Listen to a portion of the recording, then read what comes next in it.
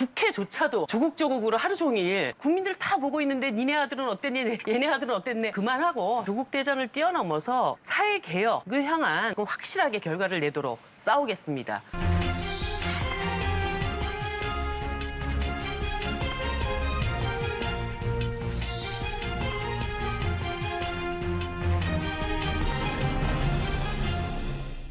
네, 아침에 눈 뜨면서 조국, 그리고 잠잘 때까지 조국으로 온 나라가 도배가 되어 있습니다. 사실 자유한국당이 원하는 것의 한 200%, 300% 이상을 지금 검찰이 수사를 하고 있고 언론도 확인되지 않은 사실까지 전부 조국 사건을 다루고 있습니다.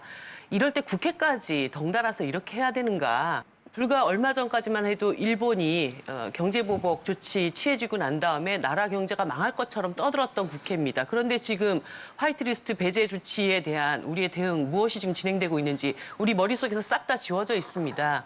소재 부품 산업을 다시 일으켜 세우기 위해서 중소기업들을 어떻게 육성할 것인지 이런 논의해야 되고요. 그리고 제가 자유한국당 의원님들한테 참 많이 들었던 얘기가 조국 없으면 검찰개혁 못하냐 이런 얘기 굉장히 많이 하셨습니다. 그러면 검찰개혁 방안, 검경수사권 조정 이거 국회에 지금 법안 올라와 있는 거 함께 처리하면 됩니다. 예. 그리고 우리 사회 불공정 문제, 사회개혁 어떻게 할 것인지 이제 국회 안에 들어와서 이런 문제를 제대로 해결해 나갈 수 있는 그 논의의 장이 만들어져야 되는데 국회조차도 조국조국으로 하루 종일 이렇게 시간을 허비하는 것에 대해서는 상당히 문제가 있다고 저는 봅니다. 권력에 대해 수사라고 하면서 뒷말은 뺀 것 같아요. 우리 편은 빼고. 좀 이런 형태로 가고 있는 거예요. 왜냐하면 그래서 살아있는 권력을 제대로 수사하라죠. 아니 그럼 제대로 지금 수사를 하고 있어요. 하고 있고 왜? 피의 사실이 지금 이렇게 공표되는 게 어떻게 아니, 제대로 수사하는 겁니까? 검찰은 검찰이 수사해야 됩니다. 살아있는 권력이라 하더라도 범죄 사실이 있으면 철저하게 조사를 하는 것이 맞습니다. 그런데 지금 저희가 굉장히 우려하고 있고 어저께 대통령께서 하신 말씀의 핵심은 뭐냐면 검찰 수사 과정이 일단 답을 정해놓고 검찰이 죽냐 검찰이 사느냐 이런 거로 흐르고 있다는 것에 대한 우려를 제기한 겁니다. 예를 들어서 지금 굉장히 많은 의혹들이 불거지고 있다고 얘기를 하지만 그 제기되는 의혹들이 주로는 다 어디서 나온 거냐. 검찰 수사 과정에서 검찰로부터 언론으로 흘러나온 이런 이야기들이 상당히 많이 있습니다. 예. 동양대 총장 직인 파일 관련해서도 보도가 됐습니다. 처음에는 그게 위조가 됐다고 했다가 직인은 나중에 진짜로 찍은 거라고 했다가 이런 얘기들이 다 검찰 수사 과정에서 검찰로부터 흘러나오지 않고는 확인될 수 없는 예. 이야기들이 나오고 있는 그래서 이것이 한마디로 검찰이 공정한 수사를 한다기보다는 검찰이 자기 스스로를 지금 이제 방어하는 상태에서 언론에 여러 가지 피의 사실을 흘리고 국민들의 여론을 호도해 나가면서 이 수사가 진행되기 때문에 이것이 과도한 인권 침해로 흐르고 있는 것이 아니냐 이 문제를 제기하는 것입니다. 예, 당시 국정농단 사건 때는 70일 동안 46곳을 압수수색했습니다. 이번에 조국 장관 관련해서는 한 달 동안 70곳을 압수수색을 했습니다.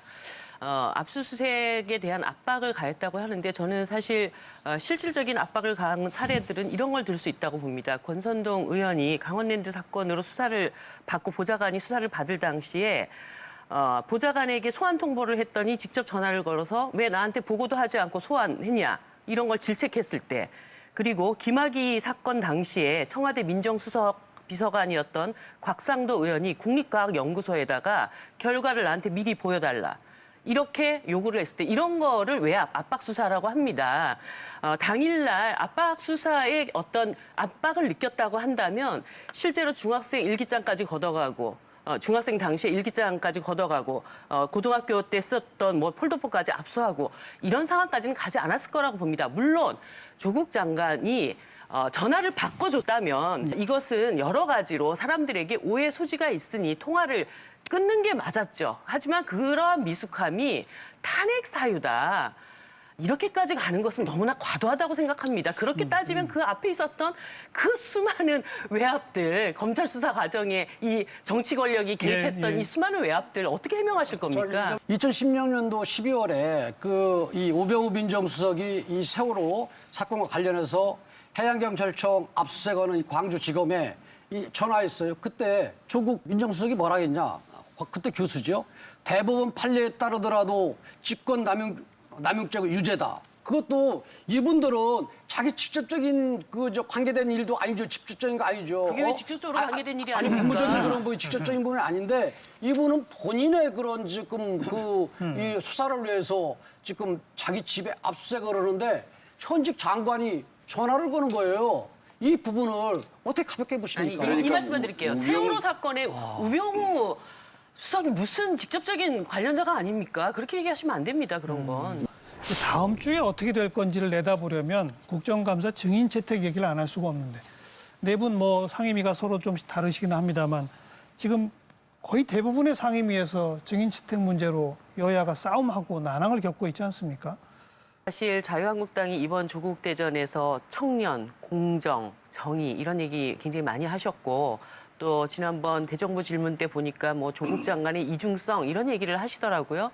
그런데 제가 국감 증인 채택 과정을 보니까 이번에 과방위에서 한성숙 네이버 대표 그리고 여민수 카카오 공동대표 증인 채택을 했습니다. 이유는 조국 사태 이후에 포털 검색어 순위 조작 문제를 다루겠다. 이런 문제 제기를 하면서 이게 이제 증인 채택이 됐어요. 그런데 정작 지금 청년들의 삶의 문제를 다루기 위해서는 IT 청년 노동자들 지금 장시간 유연근로제 이런 문제로 상당히 고통을 받고 있습니다. 제가 작년에 이 IT 업계 노동자들, 청년 노동자들 문제를 한번 다뤄서 포괄 임금제 문제나 이런 걸 좀 정리를 하려고 했는데 예. 잠잠해지니까 이게 다시 반복이 돼서 네이버 좀 부르자. 거기 젊은 청년들이 노조 만들어가지고 이 문제 해결하자고 하는데 협상도 제대로 안 한다더라. 이런 건 또 자유한국당이 거부해요. 그러니까 도대체 청년 공정 정의는 어느 나라에서 쓰는 단어들입니까, 그게? 청년들을 그렇게 생각을 하신다 그러면은 조국 문제만큼은 아니다라고 얘기를 해야지. 이정미 의원 보시고요. 청년 정의 공정에 대해서 자유한국당은 이야기할 자격이 없습니다. 자격 없는 게 아니라 우리도 잠깐만요. 노력하는 거죠. 정의당은 그 이야기를 할 수 있다고 생각합니다. 제가 이 조국 문제가 터지고 나서 곧바로 제기했던 것은 뭐냐면 우리 사회의 변호사, 뭐 판사, 의사 둔 그 아버지 엄마를 둔 아이들이 소수가 어떤 명문대를 가서 좋은 직장을 가느냐. 이 바깥에 있는 청년들은 다 허탈함에 빠져 있다. 우리는 거기랑 그라운드가 다르다라고 생각하기 때문에 화도 안 내고 있다. 그럴 때 지금 대다수의 청년들 52%가 비정규직으로 삶을 시작을 합니다.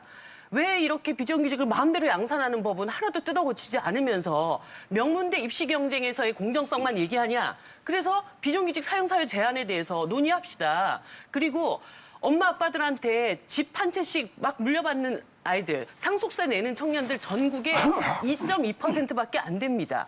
그 2.2%들이 내는 상속세 받아가지고 부모들한테 제대로 상속 못 받는 그래서 사회 첫 출발하기 굉장히 어려운 청년들한테 사회 상속세 예. 1,000만 원씩 줍시다. 왜 이런 얘기 안 하냐. 잠깐만요. 집 본질에서 벗어난 얘기를 잠깐만요. 하시는데요. 그게 왜 본질에서 벗어난 저도 할 얘기입니까? 얘기가 그 김태용 소수자들의 의원님, 얘기만 하고 있는 이정미 것입니다. 의원님, 잠깐만요. 해야 되는 거 아니요. 아닙니까? 그러니까 이 입시 부정? 문제를 입시 부정 안 해도 된다는 아니 얘기인가요? 네. 그건 필요하면은 검찰에 고발을 하세요. 그럼 검찰에서 조사를 하겠죠. 아니요, 이 이렇게 문제는 얘기하실 조사를 필요가 안 하고. 없고요. 네, 조국 이렇게 문제는 말씀하실 지금 필요가 얘기를 없고 하는 거예요. 얼마 전에 고위공직자들의 자녀의 입시 문제에 대한 전수조사를 정의당이 제안을 했고 민주당이 그것에 대해서 화답을 했고 나경원 원내대표도 하자고 했습니다.